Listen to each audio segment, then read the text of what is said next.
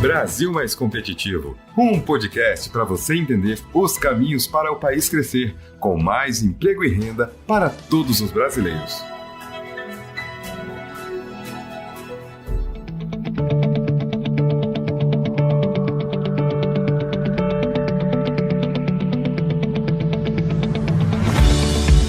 Olá, eu sou Paulo de Tarso Lira e está no ar mais um episódio BR Mais Competitivo. Esta produção é uma parceria da Frente Parlamentar pelo Brasil Competitivo com o Movimento Brasil Competitivo, MBC.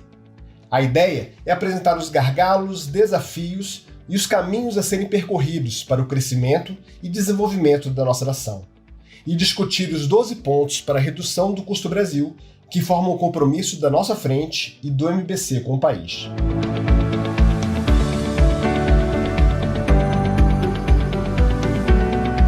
O episódio de hoje vai discutir um dos principais gargalos da competitividade do país, a falta de uma infraestrutura logística adequada. As questões de logística impactam em toda a cadeia econômica, desde o início da produção até a exportação para os mercados internacionais. E o desequilíbrio da matriz de transportes torna ainda mais complexa a busca pela competitividade, provocando um aumento nos gastos e no tempo de escoamento das commodities e das manufaturas brasileiras. O Brasil tem uma cadeia logística ainda muito concentrada em rodovias. Elas representam 2/3 de toda a nossa matriz de transportes. As ferrovias representam 17,6%, menos de 1/5 desse montante, seguido bem de longe pela navegação de cabotagem, com 9,2%, pelas hidrovias, com 5,5%, pelos dutos, com 1,2%, e apenas 0,06% representado pelo transporte aeroviário. Para discutir a diversificação da matriz logística nacional, com o apoio essencial da iniciativa privada, como a MBC e a Frente Parlamentar propõem nos nossos 12 compromissos, trouxemos o administrador e empresário Paulo Kakinoff, ex-presidente da Gol, e o economista, professor da Fundação Getúlio Vargas e diretor da Gol Associados, Gessner Oliveira. Obrigado a vocês pela participação no podcast de hoje.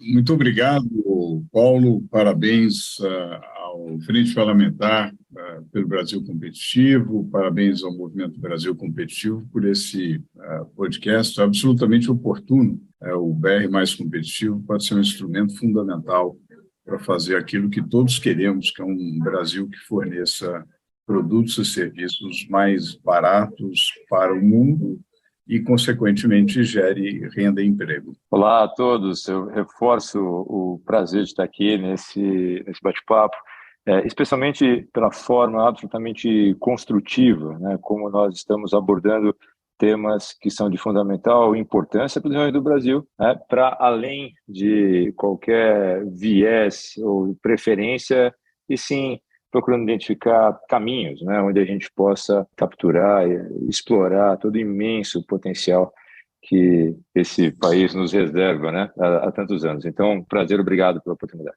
Vamos conversar com você, Paulo. O Brasil criou um Plano Nacional de Logística para diversificar os modais de transporte e melhorar a matriz nacional do setor. Como reverter a nossa tradicional e eterna e explícita paixão pelas estradas, já que boa parte do nosso projeto de desenvolvimento da indústria nacional, construído nas décadas de 50 e 60, amparou-se nos veículos automotivos? Como nós vamos virar essa página e perceber que é importante investir em outros modais de transporte? Paulo, eu particularmente não sei se trata, né, de uma reversão do que você corretamente falou, né, classificou como uma predileção pelo modal rodoviário. E por quê? Primeiro porque essa estrutura, essa malha, né, que se desenvolveu ao longo dos últimos anos, ela foi de vital importância para o desenvolvimento do país, quer seja no aspecto econômico-industrial, na própria manufatura, aí representada pela indústria automobilística e seus fornecedores, sempre teve ao longo desse período uma contribuição muito importante para o PIB nacional, mas mais significativamente o próprio desenvolvimento social, uma vez que ao longo, né, dessas, literalmente falando, ao longo dessas estradas, né, ao longo dessa capilaridade rodoviária que o Brasil foi desenvolvendo, a gente pôde ligar povos, vilarejos que se converteram em cidades importantes e, consequentemente, puderam ter acesso a elementos fundamentais para o desenvolvimento econômico e social. Então, para um país, né, de mais de 8 milhões de quilômetros quadrados de área como é o nosso, para mim parece bastante razoável, né, que tenhamos 1 milhão e 700 mil quilômetros aproximadamente de estradas. E diria até que essa paixão, né, como foi mencionado, ela demanda ainda mais investimentos, uma vez que somente 13% dessas estradas, por exemplo, são pavimentadas. Então, eu acho que para o país é de fundamental importância esse modal, ele ainda demanda investimentos, mas concordo totalmente com você que no outro lado desse espectro amplo, né, chamada logística de transportes para um país como o nosso, é sim um grande incômodo estarmos tão aquém, né, do que nós poderíamos nos demais modais. Eu colocaria o principal destaque aí para o fluvial, né, dada essa mais uma dessas inúmeras bênçãos naturais, né, que esse país recebeu, que é justamente a possibilidade de desenvolver uma malha hidroviária que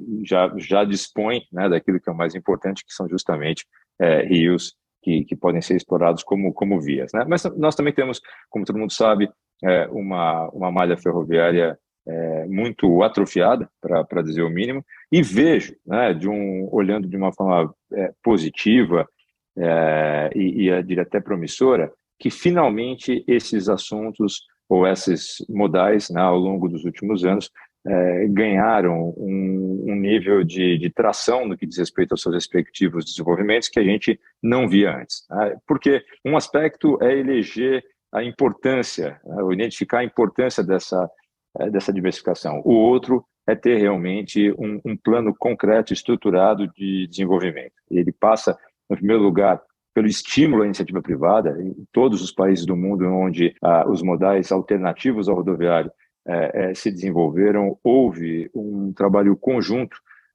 de desenvolvimento de uma matriz, ou de um projeto para desenvolvimento dessa matriz, porém com uma atividade intensiva do capital privado para o desenvolvimento. E isso, evidentemente, começa, né, com o marco regulatório, depois com o incentivo à privatização ou até mesmo ao investimento para o desenvolvimento de novas vias. Felizmente, né, no Brasil, como eu mencionei anteriormente, essas agendas ganharam tração e eu vejo que né, um futuro bastante promissor, desde que a gente possa continuar compromissado com o aprimoramento desses arcabouços regulatórios e dessa política de desenvolvimento que realmente traga estabilidade jurídica, a regulação adequada, o nível de controle e fiscalização também, obviamente, para que essa relação, né, entre o público e o privado seja sempre pautada pela lisura, pela eficiência, mas há que se preservar esse plano de desenvolvimento, estimulando e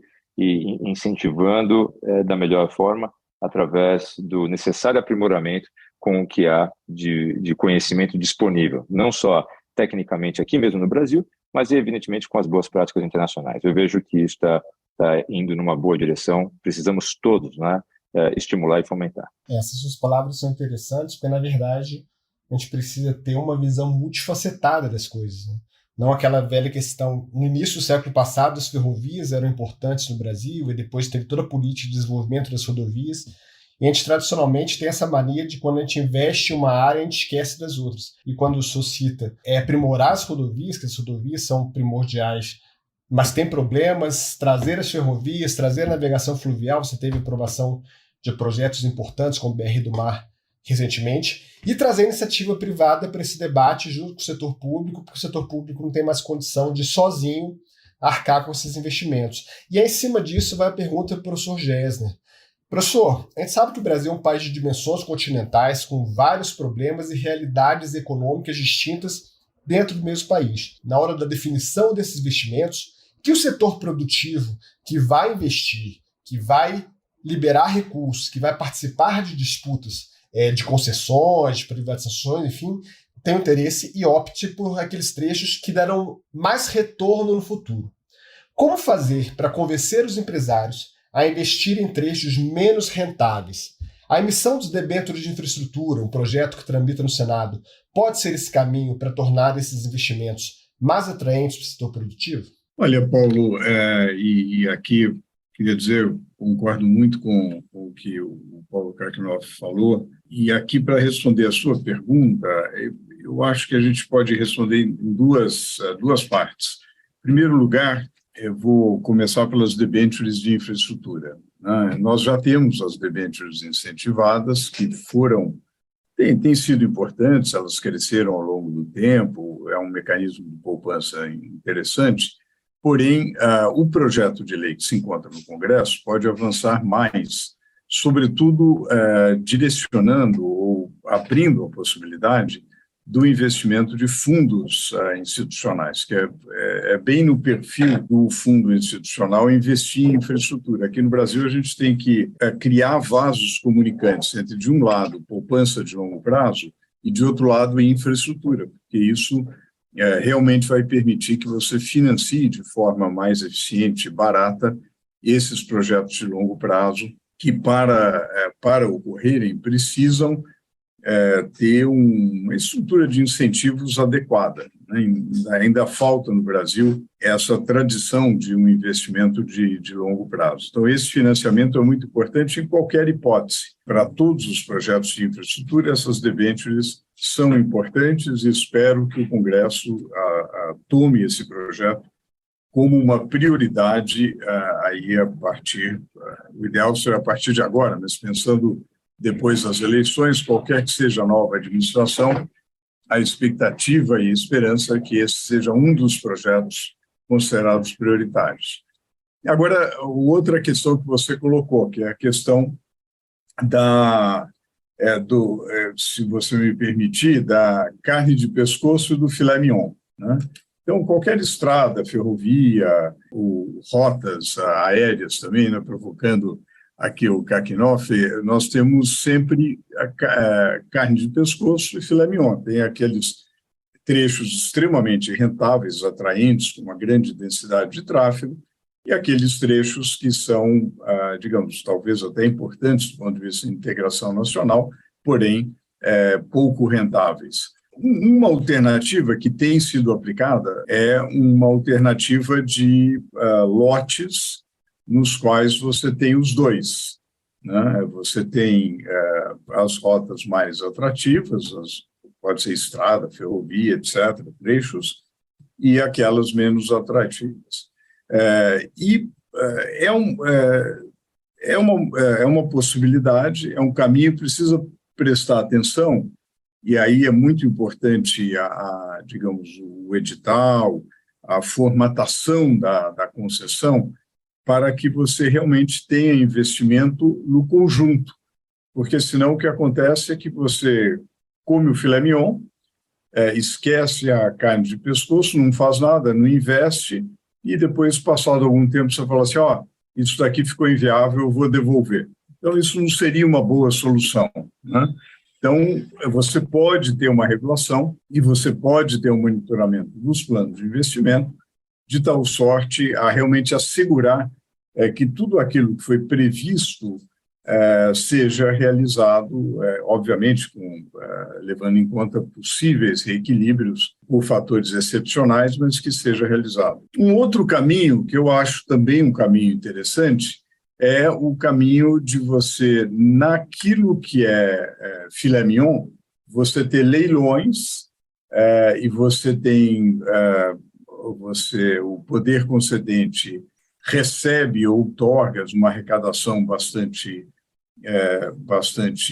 generosa, que corresponde à atratividade dos ativos, e uma parte dessa outorga, uma parte dessa arrecadação pode constituir um fundo que irá financiar parcerias público-privadas para as quais haverá uma contraprestação que você vai remunerar alguém para, eventualmente, ter uma concessão ferroviária menos atraente, assim por diante. Então, você não necessariamente precisa colocar tudo em um combo e leiloar o conjunto, mas você pode separar e fazer um financiamento do ágio recebido com filé mignon, você financia um pouco a carne de pescoço. Essa também é uma alternativa interessante. Eu acho que é muito importante que haja muita transparência, que haja muito embasamento técnico para que esses leilões sejam bem-sucedidos e que a iniciativa privada possa participar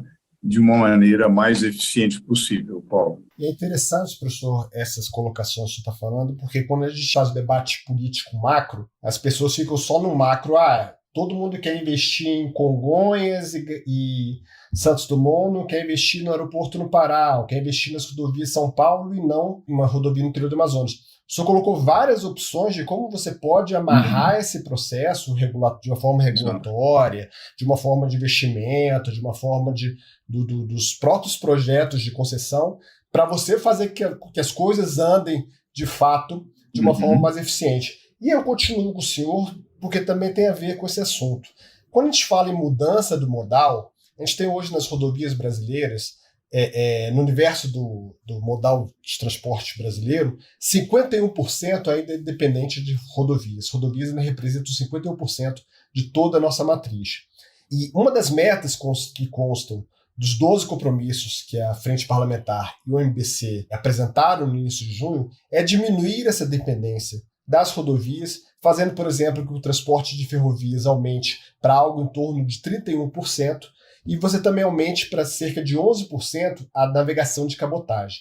Nesse sentido, 2 projetos importantes foram aprovados recentemente pelo Congresso, que são o BR do Mar, que trata exatamente sobre navegação de cabotagem, e o Marco Legal de Ferrovias.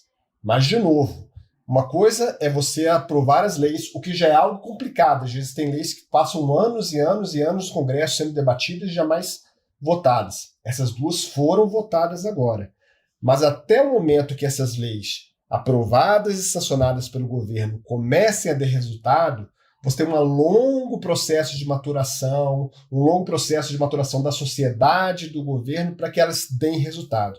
No caso dessas 2 leis específicas, o senhor consegue vislumbrar em quanto tempo elas já podem gerar resultados concretos? Olha, eu sou otimista em relação a ambas, por 2 motivos. Primeiro, porque elas são resultados de um longo processo de discussão.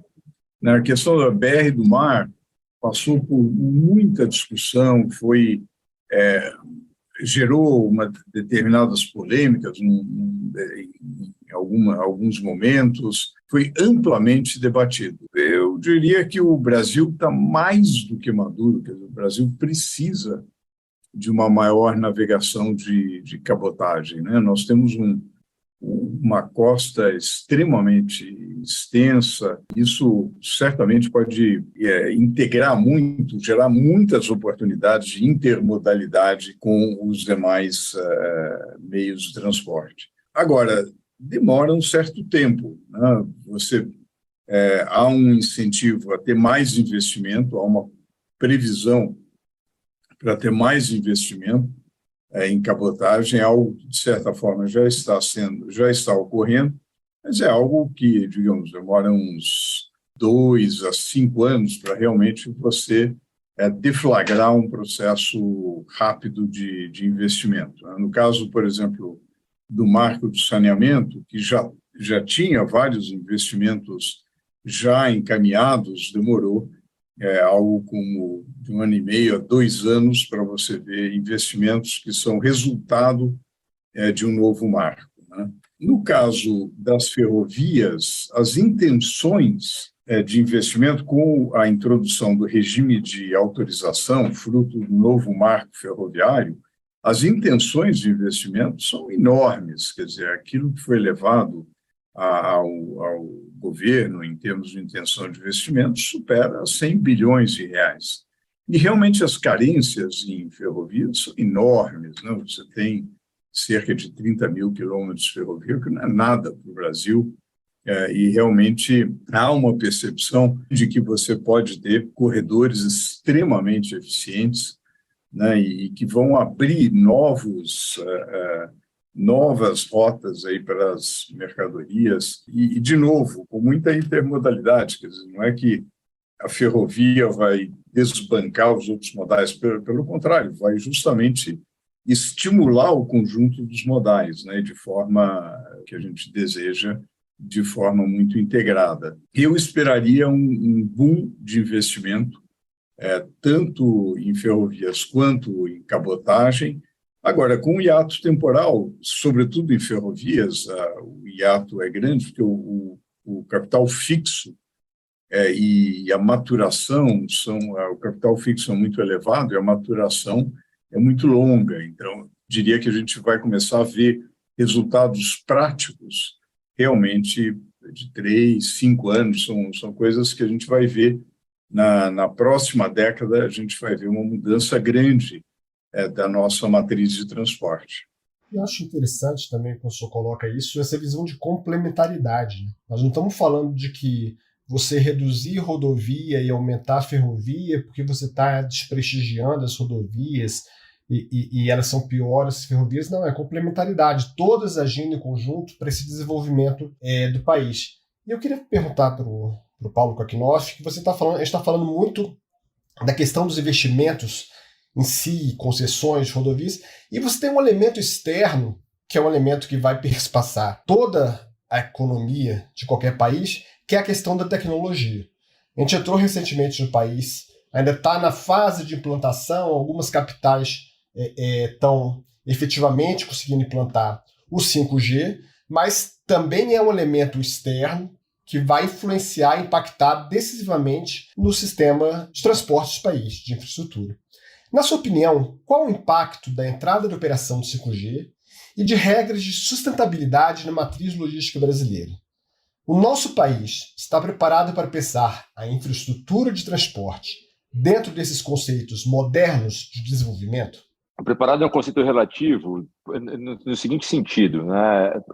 As pessoas ouviram falar de 5G pela primeira vez nos últimos 4 anos. Então, há uma fase de educação tecnológica sobre o tema, né? Para um país de 200 milhões de pessoas, é razoável se admitir que uma tecnologia tão nova ainda não seja familiar para a grande maioria da população, né? Então, eu vejo que existe, sim, uma capacidade técnica aqui instalada, né, que ela é latente à medida que as pessoas possam ter maior familiaridade com o que o 5G realmente proporciona e, a partir daí, então, dar invasão, né, às soluções tipicamente criativas, né, do povo brasileiro, e não tem nada de intuitivo aqui, né? Quando a gente fala de infraestrutura, nós estamos falando de ciência, talvez seja um dos poucos temas, né, onde haja um percentual menor de controvérsia hoje num país caracterizado pela polarização de ideias, né? A infraestrutura não, a infraestrutura é engenharia, é conhecimento técnico. Assim sendo, né, à medida que se tem, então, acesso a uma ferramenta mais poderosa, a um equipamento mais capaz, né, que é justamente o que o 5G nos proporciona, todo o nosso histórico técnico de engenharia no Brasil, lidando, né, com diversas adversidades, alcançará um novo patamar. Então, eu tenho, particularmente, uma expectativa muito positiva, né, do que será o uso dessa ferramenta, que, por si só, já é um investimento de infraestrutura significativo, né, o próprio 5G.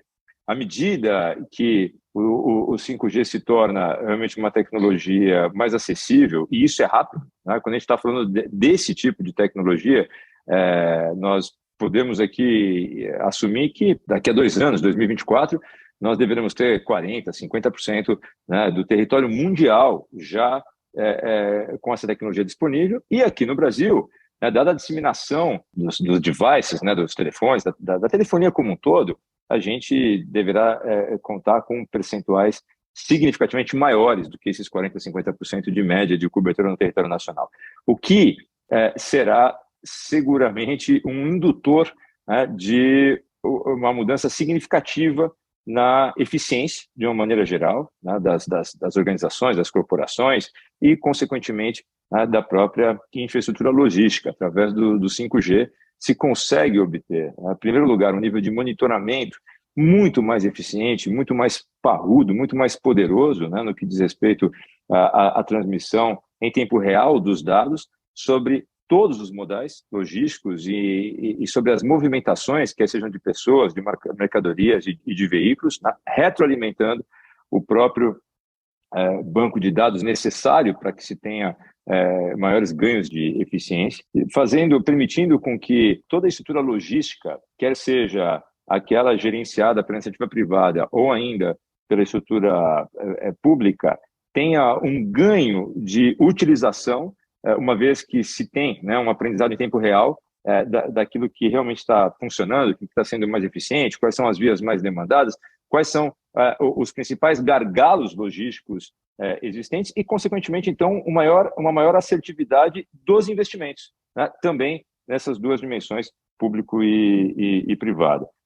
O 5G representará para o cidadão comum um ganho também de percepção de eficiência. Se poderá, por exemplo, finalmente, né, adotar em larga escala a utilização de pedágios pelo quilômetro rodado, né? Isso não é algo que já está desenhado, configurado em grande escala, mas com o 5G se pode pensar.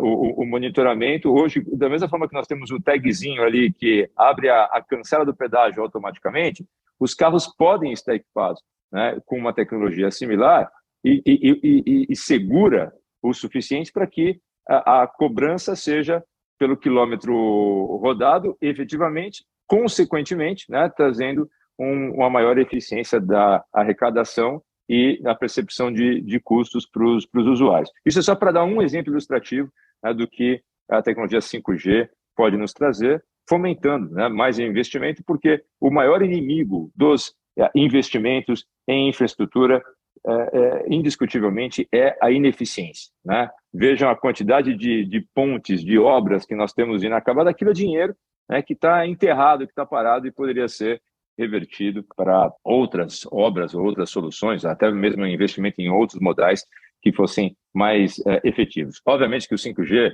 né, não é um milagre em si, ele não irá, é uma ferramenta, é um equipamento, mas que ele traz amplas possibilidades para que a gente possa realmente colocar o tema de eficiência logística operacional do Brasil num outro patamar.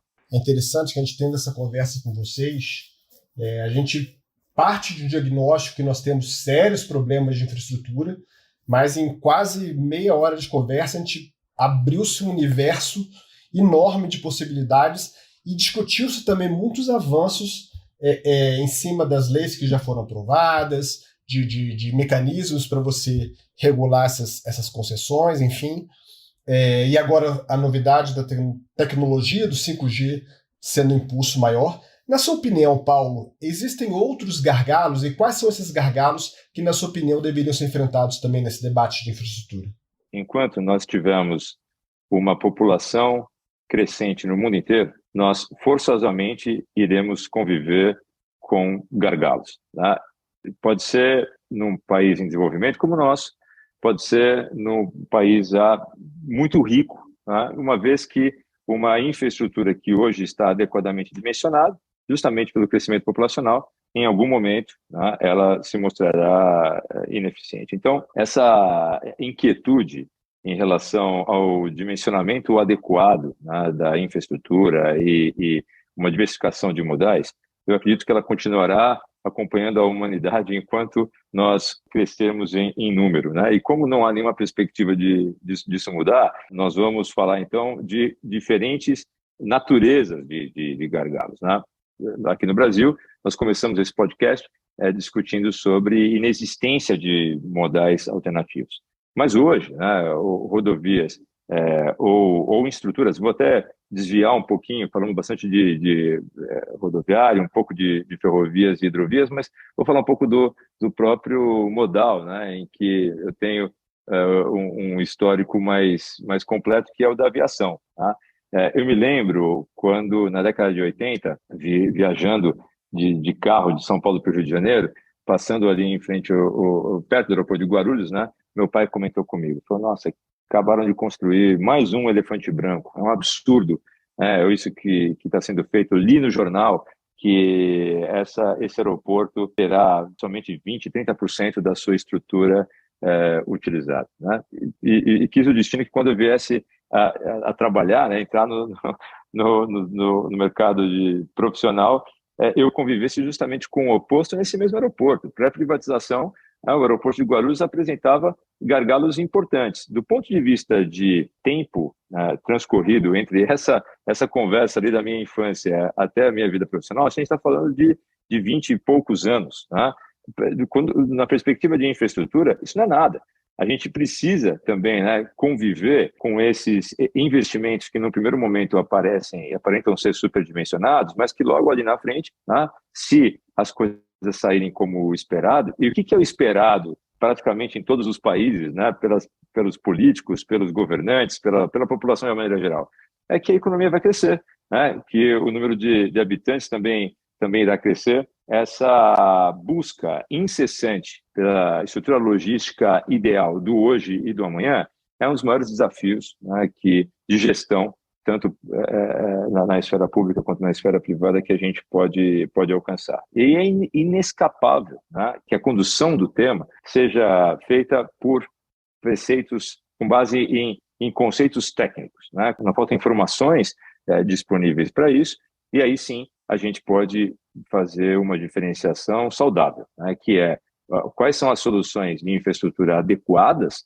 para os diferentes países, culturas e população. Aqui no Brasil, por exemplo, não faz muito sentido a gente falar, né, dada a topografia, o custo por quilômetro construído de trem-bala, né, trem de alta velocidade, por exemplo, quando nós temos outras necessidades mais prementes e soluções economicamente falando, mais importantes, mais interessantes. Né? Em muitos casos, o quilômetro rodado por um trem de alta velocidade é mais caro do que o quilômetro voado, né? E justamente em localidades onde a topografia não é tão plana, onde a geografia não favorece. Então, num país como o Brasil, né, vis-à-vis a outros mercados mais desenvolvidos, nós temos que ter uma agenda de desenvolvimento que leve em consideração as nossas características naturais, a nossa própria vocação e a capacidade técnica aqui instalada, que é sim muito elevada para países com as características que nós temos aqui, quer seja de clima, de solo, de topografia, né? E em especial de potencial e capacidade econômica para esses desafios. E para encerrar essa resposta sobre os gargalos aqui no Brasil, os principais, eu vejo que eles estão não coincidentemente associados à falta de continuidade entre os governos, né, de um planejamento que parta da mesma matriz conceitual. Né? Essas consecutivas mudanças que nós temos, pode ser na esfera municipal, na estadual ou na federal, né, ao longo das décadas, no que se entende ser, né, o plano adequado de desenvolvimento da infraestrutura, produz diversos efeitos colaterais, sendo o mais visível deles os gargalos, né, justamente porque são investimentos de longo prazo, você não tem, muitas vezes, na maioria das vezes, né, na própria gestão onde o investimento é decidido, se tem o efeito prático dessa construção,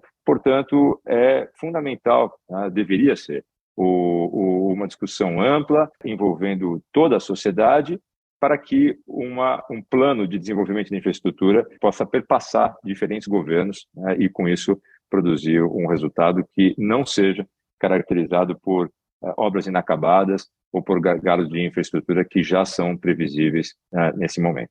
Professor Gessner, diante de todos esses enormes desafios, o senhor acha que o Brasil tem condição, do ponto de vista social, fiscal e regulatório, para dar esse salto que a gente está falando aqui, que a gente espera que o Brasil dê nos próximos anos? Olha, Paulo, eu não tenho dúvida que sim. Eu acho que eu colocaria que a infraestrutura, de certa forma, constitui uma grande tragédia, dadas as carências que nós temos, né? A gente investe cerca de 2% do PIB em infraestrutura contra algo que deveria ser no mínimo o dobro, algo entre 4% e 5%, para que a gente elimine as nossas carências, né? Então, é uma grande tragédia social, porque quando você não tem infraestrutura, ou ela é muito carente, cai a produtividade da mão de obra. E quando cai a produtividade da mão de obra, cai o salário. e a renda das pessoas. Então, eu diria assim, do ponto de vista social, é um imperativo desenvolver a infraestrutura, né? Independentemente de que tipo de estrutura e infraestrutura, porque ela tem esse condão de aumentar a produtividade, né? E, é claro, algumas infraestruturas são particularmente benéficas para o bem-estar da população, como é o caso do saneamento. O saneamento básico tem um impacto muito importante sobre saúde, sobre educação, sobre meio ambiente. Agora, essa tragédia é, ao mesmo tempo, uma grande oportunidade. Se o Brasil quiser voltar a crescer de forma sustentada, e não um crescimento assim com voos de galinha, mas realmente um crescimento sustentável, uma fronteira de expansão indispensável é a infraestrutura. O investimento em infraestrutura tem esse duplo efeito: ele aumenta a oferta agregada, aumenta a produtividade e aumenta a demanda agregada. Então, todas as simulações que a gente tem feito com matriz insumo-produto, para ver o impacto que isso gera no PIB, é que o vetor de investimento em infraestrutura tem um impacto enorme. Então, do ponto de vista social, não há dúvida, é mais do que uma oportunidade, é um imperativo. Do ponto de vista fiscal, eu não tenho dúvida, olhando de um lado as necessidades de investimento e, de outro lado, olhando a situação dos estados, dos municípios, do governo federal, situação das contas públicas, o governo não tem o dinheiro necessário para investir em infraestrutura. É muito importante que o investimento público aumente. Hoje ele está num recorde de baixa. É fundamental que ele aumente, porque ele estimula, complementa, vai junto com o investimento privado, mas não dá para pensar que o Estado vai investir em aeroportos, em ferrovias, em portos, em saneamento, assim por diante. O Estado não tem esse recurso, deveria focar esse recurso em segmentos como educação, saúde, nos quais o retorno social seria maior. Então, nós temos que trazer o investimento privado. Então, a gente tem que conciliar a situação fiscal com essa atração do capital privado. E daí a gente vai para o seu terceiro aspecto. Você falou o social, o fiscal e o regulatório. Para que o investimento privado ocorra, é essencial haver previsibilidade, haver segurança jurídica, haver regras estáveis, transparentes, né? E, para isso, é muito importante agências reguladoras que funcionem com aqueles ingredientes chaves, que são excelência técnica, transparência, prestação de contas e, obviamente, que não podem ser agências politizadas, agências que sejam parciais, quer interferindo politicamente, quer interferindo economicamente, defendendo este ou aquele interesse em detrimento do interesse público. Então, nós precisamos fazer um investimento grande, institucional, de fortalecimento das agências reguladoras. A nova lei das agências reguladoras, retomando até um ponto que você, Paulo, comentou no início, de que uma coisa é aprovar a lei, mas outra coisa é a implementação dessa lei, né? Ou de um marco regulatório. Nós tivemos uma lei muito importante aprovada em 2019, a Lei das Agências Reguladoras, que aperfeiçoou, aprimorou, introduziu uma série de mecanismos muito interessantes para o funcionamento, o bom funcionamento das agências reguladoras. A gente deve prezar muito, por isso deve exigir dos nossos governantes que realmente as agências estejam bem equipadas, que tenham um pessoal capacitado e que, sobretudo, não sejam parciais, não sejam politizadas no sentido de defender este ou aquele, essa ou aquela corrente político-partidária, mas que sejam agências técnicas que vão decidir, uma ANAC que vai decidir sobre o segmento que o Paulo Kakinoff conhece tão bem, sobre uma NTT que vai decidir sobre transporte, uma Anatel sobre telecom e assim por diante. Eu acho que esses Três aspectos que você levantou são essenciais. O Brasil tem todos eles, e eu estou convencido que há dois vetores de crescimento sustentável para o Brasil: infraestrutura e economia verde. E se nós conseguirmos, inclusive, combiná-los, trazendo a perspectiva do ESG, da economia verde, para a infraestrutura, eu não tenho dúvida que o Brasil vai retomar o crescimento sustentável. Vocês trouxeram reflexões fantásticas de um problema que se arrasta há décadas e, pelo jeito, vai se resolver aos poucos, e como o presidente Paulo Kakinoff falou, quando você achar que resolveu, a sociedade já é outra, e as demandas são outras e você continua correndo atrás. Mas agora eu vou precisar que vocês façam as considerações finais sobre o tema, se é que vocês acham que ainda faltou alguma coisa para ser dito. Paulo, eu vou reforçar esse aspecto, esse último mencionado pelo professor Gessner, porque eu acredito que essa é a mensagem mais importante, né, para quem se interessa pelo tema hoje. Nós temos a competência técnica instalada aqui no Brasil. Nós temos, o professor corretamente mencionou, né, como um exemplo, as agências, né, posso falar pela ANAC, o programa de privatização de aeroportos que foi feito aqui em combinação, né, com o desenvolvimento de novos aeródromos dos últimos anos, foi um dos mais intensivos que a gente pôde ver acontecendo no mundo todo. É bem verdade que saímos, né, de um ponto, não há outra palavra para descrever, atrasado, né, em relação aos demais. Ainda há um déficit a ser endereçado, mas esse trabalho é um bom exemplo, né, da condução e da parceria entre o poder concedente, as autoridades governamentais, a iniciativa privada e o conhecimento técnico, né, porque foi ali aportado, né, pelas agências reguladoras e pelas estruturas ministeriais ou estaduais associadas ao tema, infraestrutura, transportes, e pela iniciativa privada, né, que tipicamente aporta também conhecimento técnico e capital num setor que é tão intensivo. Então, nós temos todos os elementos aqui sobre a mesa. Eu acho que é uma situação análoga a muitas outras, né, no Brasil. O que é mais difícil de se obter, nós temos aqui, quer sejam recursos naturais, competência técnica, capacidade de investimento privado, em especial, uma vez que infraestrutura, né, praticamente não há país no mundo, né, que possa arcar de forma independente, de forma isolada, né, com os custos crescentes demandantes para a infraestrutura.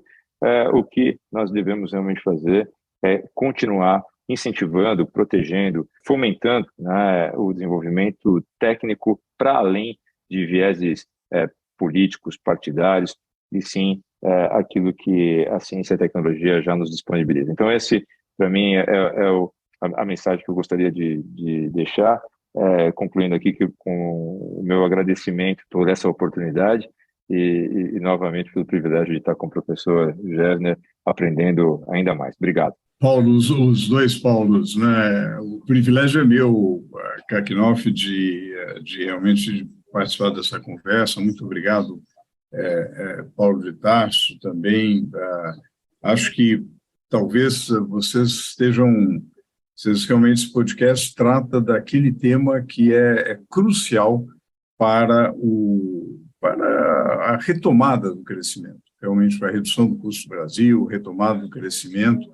E eu acho que, como país emergente, o Brasil ele pode beber de várias fontes, né? Nós temos uma fonte importante a qual nós estamos muito ligados, cultural, historicamente, que é aos países ocidentais, aos países que fazem parte da OCDE. E eu acho que a gente realmente tem que trabalhar muito para que o Brasil cada vez mais seja aderente, quer dizer, a gente tenha um ambiente de negócios cada vez mais aderente a um ambiente avançado, transparente, com regras claras, onde a lei é respeitada, é entendida, né? Isso é muito importante para o bom funcionamento da economia e para o crescimento do investimento. A gente precisa muito de investimento, mas são saltos enormes de investimento. Quando a gente falava aí 100 bilhões em ferrovias é muito dinheiro, mas a carência é enorme. Quando a gente fala em 500 bilhões, ou seja, meio trilhão para universalizar o saneamento, é muito dinheiro, mas, de novo, as carências são enormes. São 100 milhões de pessoas sem coleta de esgoto no país. Então, é muita coisa. Para que isso aconteça, a gente precisa mudar o jeito de funcionar a nossa institucionalidade. Tem que ser previsível, tem que ser clara, tem que ser transparente. Por outro lado, nós podemos beber de culturas milenares, como a chinesa, e pensar o longo prazo. O Brasil precisa deixar o curto-prazismo e precisa, e algumas vezes o Brasil deixou e se deu muito bem. Há meio século atrás, nós investimos no pró-álcool. Hoje nós temos uma vantagem competitiva com o etanol. E nós precisamos pensar dessa forma no século XXI.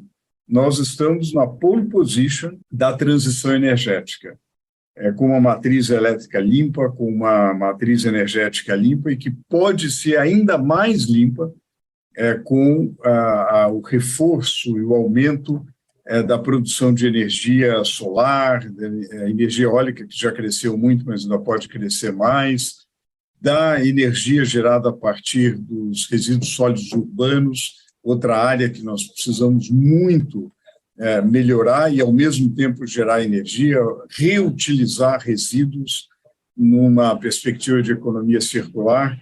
Ou seja, tem tudo para ser feito no Brasil e eu acho que essa discussão que vocês trazem no podcast é essencial para que a gente realmente se coloque nesse caminho, um caminho de construção de médio prazo, com visão de planejamento e, ao mesmo tempo, com regras claras, muito aderentes à institucionalidade da OCDE. Muito obrigado novamente pela oportunidade de participar desse papo tão interessante.